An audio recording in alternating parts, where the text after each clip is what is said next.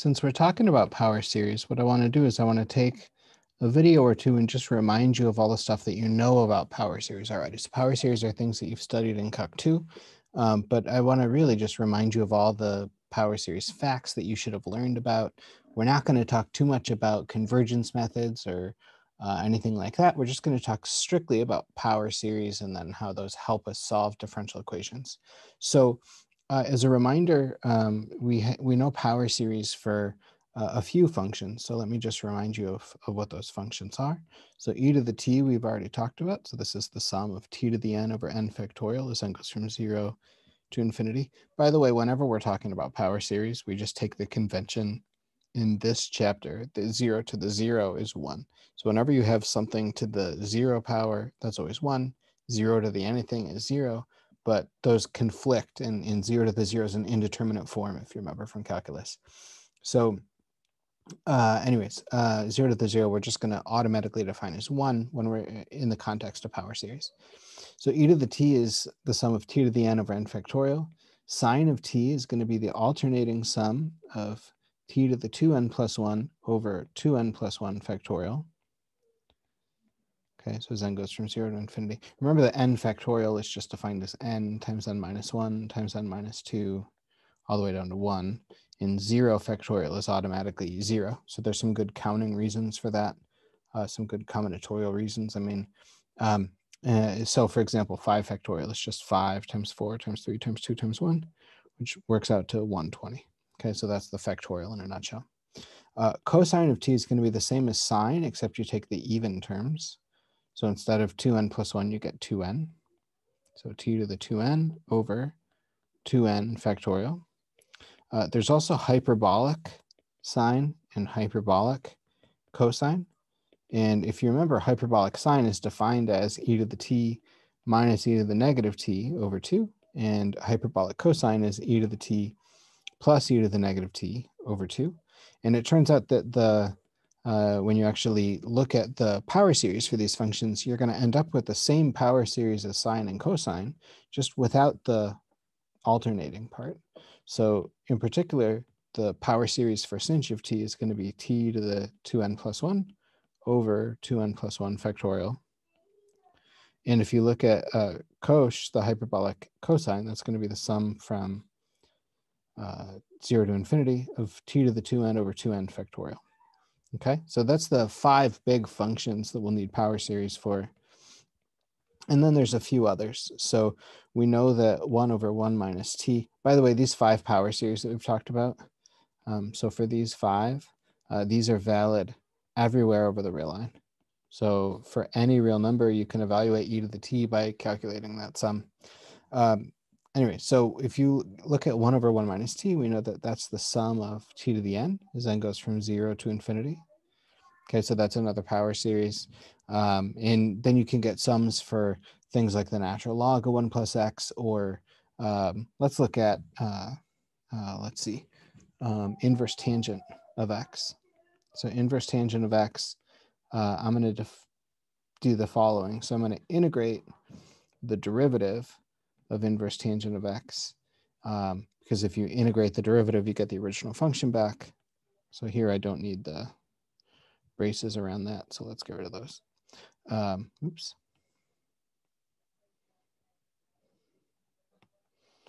Okay, so let's get rid of those. So the derivative of inverse tangent is 1 over 1 plus x squared. And then 1 over 1 plus x squared we can write as a power series of negative x squared to the n. So we're summing from 0 to infinity. And then you can switch the order of the integral and the sum like we talked about, at least when everything is nice. That's a technical point which we're going to completely gloss over, but this is the sum from n equals 0 to infinity of the integral of negative x squared to the n dx. And this is going to be the sum as n goes from 0 to infinity. Negative 1 to the n is, well, negative 1 to the n. The integral of x to the 2n is x to the 2n plus 1 over 2n plus 1.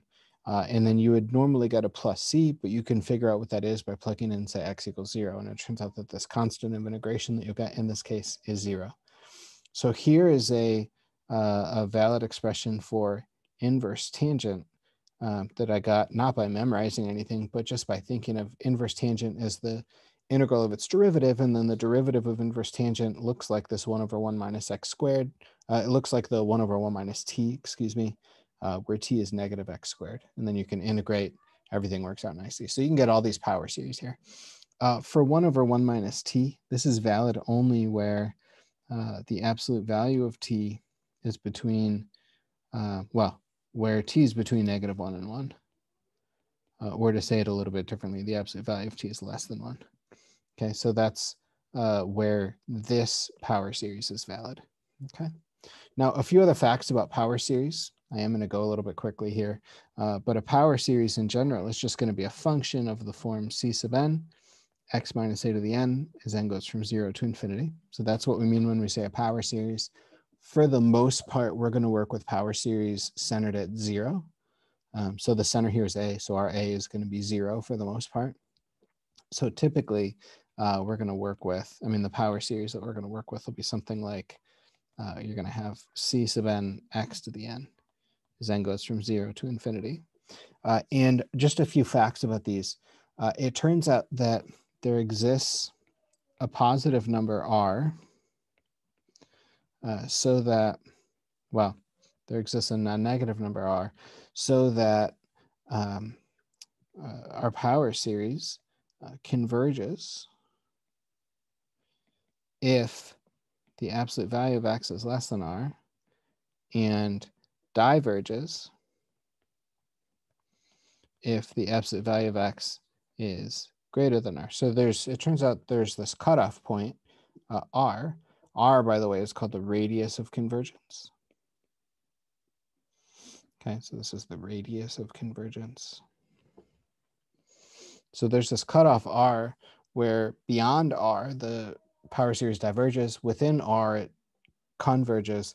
And then at r and negative r, you have to evaluate that by hand. You have to think about what happens when the modulus of, when the absolute value of x is equal to r.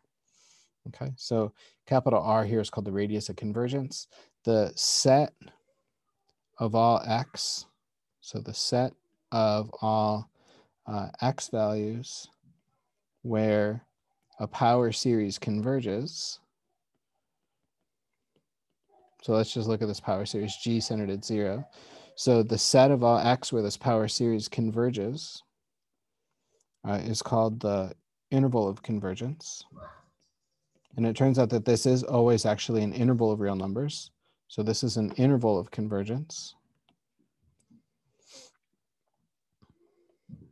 Okay.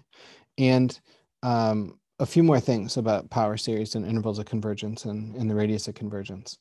We can call this a proposition or a theorem or whatever you want to call it, just some facts about power series. It turns out that if g of x has interval of convergence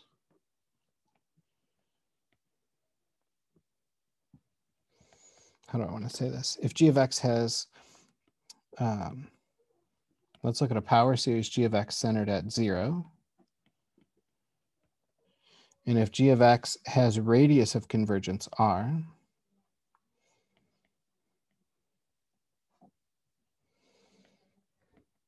what that means is that for values of x between negative r and r, the power series converges. For values of x where the absolute value of x is greater than r, the power series diverges. And then what happens at r and negative r, you have to calculate by hand. But if this has a radius of convergence r, then for values between negative r and r, what we can do is we can differentiate term by term. So the derivative of g is going to be defined as, this is going to be c sub n times n x to the n minus 1. And actually what's going to happen is the first term will go away. And so this is going to be a sum that starts at 1. Okay. Also, the integral of g is going to be defined as the sum from 0 to infinity of, if we start with c sub n x to the n, we're going to get c sub n, and then the integral of x to the n will be x to the n plus 1 over n plus 1. Okay, so that's how that's going to work. you can basically integrate and differentiate term by term if you're inside the radius of convergence. That's what these two statements say, because you can calculate the derivative and the integral in that case. Okay, a few other things just about power series. So that's how you can manipulate their derivatives and integrals. But if you were to have, say, C0 plus C1x plus C2x squared, there's lots of ways that you can write it. You can write this as C sub n as x goes from, C sub n x to the n as n goes from 0 to infinity. You can also write this as the sum, say, as n goes from 3 to infinity of C sub n minus 3 x to the n minus 3, right? Those are the same sum. And if you write out the terms, you'll get the same thing. And so what's happening here is that if you start with the power series, C sub n x to the n, what you can do is kind of, it's not quite a substitution, but basically substitution. Maybe let k be n plus 3. And what will happen then is that n is equal to k minus 3. And if n is equal to 0, then k is equal to 3. And so what happens is that you're going to write the sum in terms of k. This is going to be the sum from k equals 3 to infinity. And c sub n is c sub k minus 3. X to the n is x to the k minus 3. And here, it really doesn't matter what variable you use, whether you want to use k's or n's, you're going to get the same thing. So that's basically how to think about manipulating this. So if you ever need to change where a power series starts, this is the kind of trick that you would do there. Okay. A few other facts. I just want to get all the kind of preliminary stuff out of the way. If we have two power series, and if the power series are equal as power series, what that means is that all the corresponding terms are equal. So if the sum of a sub n x to the n is equal to the sum of b sub n x to the n, and if they start at the same place, then the corresponding entries are equal. Then a sub n equals b sub n for all values n greater than or equal to 0. So that means that a0 and b0 are equal, a1 and b1 are equal, a2 and b2 are equal. Okay, and so that is that. Okay, so I think that's all the facts about power series. I may have to add a few along the way if there's something that we need, but I think that's kind of the basic preliminary facts about power series.